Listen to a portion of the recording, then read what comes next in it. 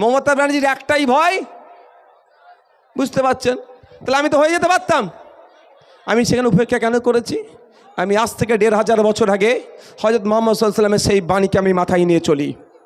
সাথে সাথে বিভিন্ন ধর্মের ধর্মগুরুরা যারা ধর্মের কাজ করেছেন, সমাজের কাজ করেছেন, তাদের বাণীগুলো আমি মাথায় নিয়ে চলি, বিভিন্ন ক্ষেত্রে সেইগুলোকে আমি প্রয়োগ করি।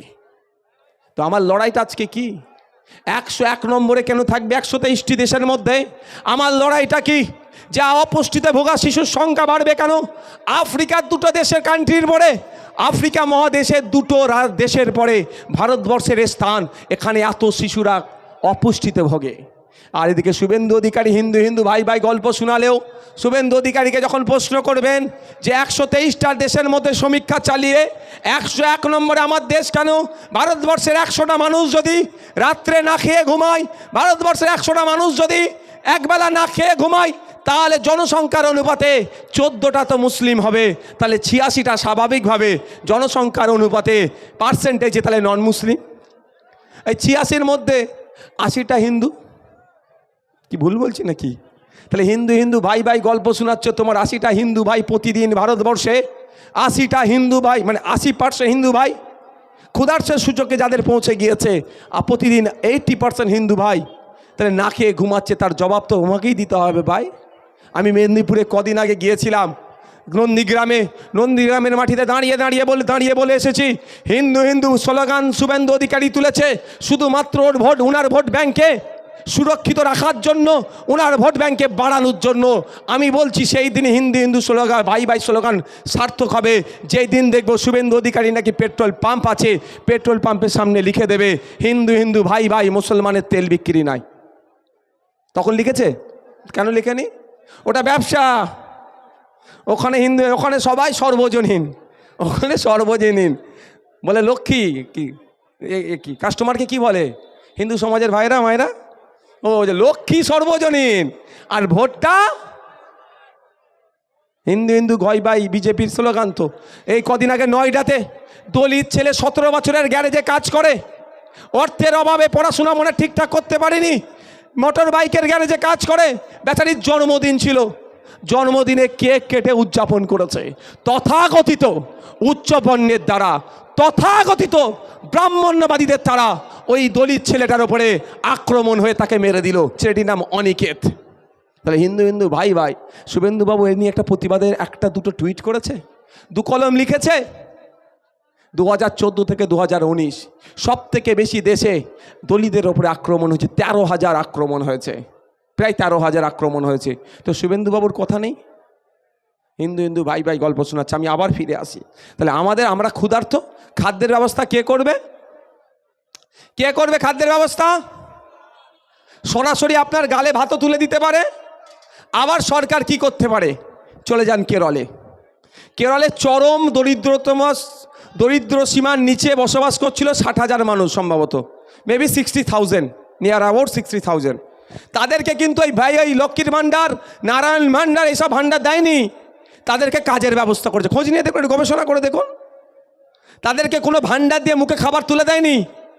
সরকার তাদের হাতে কাজ দিয়েছে, কাজের মাধ্যমে ইনকাম করছে, তারা দরিদ্র সীমা থেকে ওপরে উঠছে। তো আপনার আমার বাংলায়, আপনার আমার দেশে যারা ক্ষুধার্ত অবস্থায় দিন যাপন করছে, তাদেরকে তো পলিসি আনতে হবে। পলিসি আনাটা কি দরকার? এত মানুষ ক্ষুধার্ত। আমি তাও বলছি আপনাদের, গত বছরে 127টি দেশে সমীক্ষা চালিয়েছিল, 107 নম্বরে ছিল। গত বছরে 127টি দেশে সমীক্ষা চালিয়ে 105-এ ছিল, আর এবারে 123টি দেশে সমীক্ষা চালিয়ে 101-এ আছে। কোনো উন্নতি হচ্ছে না, অবনতি হচ্ছে। তাই আপনাদের বলবো, তাহলে আমাদেরকে আওয়াজ তুলতে হবে, আমাদের কথা বলতে হবে, আমাদের এটা নিয়ে চর্চা করতে হবে। এর পরিবর্তে আপনি আমি কি দেখছি? কাকে আটকাবো, কাকে জিতাবো, এই গল্পেতে। আপনি নিজে জিতার চেষ্টা করুন না, আপনাকে জিততে হবে। এবার আর অন্য কাউকে নিয়ে ভাবলে হবে না। আপনাকে জিততে হবে, আপনার পাশের বাড়ির লোকটাকে জিতাতে হবে, আপনার পাড়ার লোকটাকে জিততে হবে, আপনার গ্রামের মানুষটাকে জিততে হবে, আপনার বিধানসভার মানুষকে জিততে হবে, আপনার জেলার মানুষকে জিততে হবে। তাহলেই আপনি রাজ্যকে জিতবেন। আর রাজ্যের মানুষ যখন জিতবে তখন সুষ্ঠু সমাজ ব্যবস্থা গড়ে উঠবে। স্কুলে টিচার যাবে, হসপিটালে ডক্টর থাকবে, নার্স থাকবে, ক্ষুধার সূচকে বাংলাতেও কমবে, বাংলার বেকারত্বের সংখ্যা কমবে, বাংলা ইন্ডাস্ট্রি আসবে, কলকারখানা তৈরি হবে, কাজ পাবে, মানুষ যে যার আপন গতিতে চলবে। আজকে যেমন গর্ব করে কেরল বলছে যে আমাদের দরিদ্র সীমার নিচে ভারত স্বাধীনতার পর থেকে ৭৮-৭৯ বছর পরে একটা রাজ্য ঘোষণা দিতে পেরেছে যেখানে তারা স্বীকার করছে বা বাস্তবিক অর্থে তারা ঘোষণা দিচ্ছে তাদের রাজ্যে চরম দরিদ্র সীমার নিচে কেউ নাই। সেটা আপনাকে মতো করা যাবে? ওরা কি কম্পিউটার? আমরা মানুষ বলে আমরা করতে পারবো না? আচ্ছা, কেরল সরকার কি কম্পিউটার নাকি? বলুন, কেরল সরকার কি কম্পিউটার? তারাও মানুষ, আমরাও মানুষ। তারা পারলে আমরা পারবো না কেন? সদিচ্ছার দরকার। এবার হচ্ছে ব্যাপারটা হচ্ছে আপনাদের বলি, এটা কি গাছ? বাম দিকে কলা গাছ তো নাকি? না, আমরা আম খাওয়ার ইচ্ছা গিয়েছে, কলা গাছ লাগালে আম পাবো তো? তাহলে আমাকে আম খাওয়ার ইচ্ছা গেলে কি করতে হবে? আম গাছ লাগাতে হবে। তাহলে আমরা যদি ভুল লোককে চয়ন করি আমাদের এই দুরবস্থা হবে। আপনাদের বলছি একটা কথা, স্কুলে শিক্ষক নয়, এটা কে দেখবে বলুন? সরকার দেখবে। সরকারের একটা স্পেশাল ডিপার্টমেন্ট করা আছে, higher education department, school education department. তারপরে একটা মন্ত্রী আছে, সচিব আছে, মন্ত্রী আছে। সচিবকে কে কন্ট্রোল করবে? আপনার ভোটে যিনিকে পাঠিয়েছেন। মানে আপনার পাওয়ার দেখেছেন? আপনার ভোটে যাকে পাঠিয়েছেন সে সচিবকে কন্ট্রোল করবে, অর্থাৎ মিনিস্টার, এডুকেশন মিনিস্টার যিনি। এডুকেশন মিনিস্টার কার জন্য হলো, কিভাবে হলো, ওখানে পৌঁছালো কি করে? আপনি তার দলকে ভোট দিয়ে, তাকে ভোট দিয়ে তার দলকে জিতিয়েছেন, এডুকেশন মিনিস্টার তৈরি হয়েছে।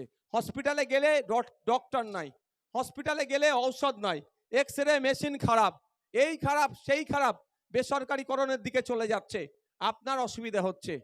সত্যি আমাকে খারাপ লাগছে, কিন্তু বলবো তো, ভাঙড় ছাড়া রাজ্যের মানুষের তো স্বাভাবিক হওয়াটা, তাই না? আপনি হসপিটালে ডক্টর চাইছেন, আপনি হসপিটালে গেলে সরকারি ঔষধ চাইছেন, স্বাভাবিকভাবে চাওয়াটা কোনো অনৈতিক অবৈধ ডিমান্ড না। কারণ ফান্ডামেন্টাল রাইটস বলছে আমি অসুস্থ, আমাকে সুস্থ করে তোলার দায়িত্ব কার? কার গো? নওশাদ সিদ্দিকীর, মমতা ব্যানার্জির, মানে সরকারের। যখন নওশাদ সিদ্দিকীরা সরকারে থাকবে তখন বলবেন যে নওশাদ সিদ্দিকীদের। আর যদি কোনো সময় আপনারা সুযোগ দেন, আপনাদের কথা দিয়ে যাচ্ছি, এই জেলার মানুষকে আর কলকাতার স্টার হসপিটালে যেতে হবে না, সরকারি প্রতিটা জেলায় স্টার হসপিটাল তৈরি করে দেবো। পিজি প্রতি বছরে একটা করে তৈরি হবে, প্রতি বছরে একটা করে পিজি তৈরি হবে। কোথায়? বাঁকুড়া। প্রতি বছরে একটা করে পিজি তৈরি হবে ঝাড়গ্রামে, একটা করে পিজি তৈরি হবে মুর্শিদাবাদে, মালদাতে, দিনাজপুরে, রায়গঞ্জে, উত্তর 24 পরগনা, দক্ষিণ 24 পরগনা, প্রতিটা জেলায় প্রতি বছরে একটা করে পিজি, এনআরএস, এসএসকেএম এর মতো হসপিটাল তৈরি করে দেওয়া হবে, যাতে করে এই জেলার মানুষকে না শহরে যেতে হয়। এটা বড় একটা র্যাকেট। শহরে যাওয়া মানে বিজনেস হবে, আপনি চা ডাল যাই খান না কেন, ভাত ডাল বিজনেস হবে, শহরও বাবুদের লাভ হবে, গ্রামের মানুষকে টেনে নিয়ে চলে যাচ্ছে। আর আমরা ঠিক তার উল্টো করব, প্রতি বছরে একটা করে কি করব? এনআরএস চিত্তরঞ্জনে আপনারা জানতো, আর জি করা জানতো, আর জি করা আপনার বাড়ির ধারে যখন হয়ে যাবে, প্রতি জেলায় একটা করে তৈরি করে দেবো, যদি সুযোগ দেন। এবার আপনারা সুযোগ কাকে দিয়েছেন? তৃণমূল কংগ্রেসকে। তৃণমূল কংগ্রেসের থেকে সুযোগ পাওয়ার পরে ওরা স্বাস্থ্যমন্ত্রী বানিয়েছে, এমন স্বাস্থ্যমন্ত্রী বানিয়েছেন হসপিটালে গেলে X ray report, X ray নেই, এক্স রে মেশিন থাকলে টেকনিশিয়ান নাই, টেকনিশিয়ান থাকলে এক্স রে যে প্রিন্ট হয়ে বার হবে রিপোর্টের পেপার নাই। এটা আপনাদের দোষ, মানে জনগণের দোষ। জনগণের হাতে পাওয়ার আছে, স্বাস্থ্যমন্ত্রী কি হবে? এত পাওয়ার জনগণের হাতে পাওয়ার, পরিবহন মন্ত্রী কে হবে? জনগণের হাতে পাওয়ার, শিক্ষামন্ত্রী কে হবে? জনগণই ঠিক করে দেয়, অর্থাৎ যাদেরকে ভোট দিয়ে জিতায়।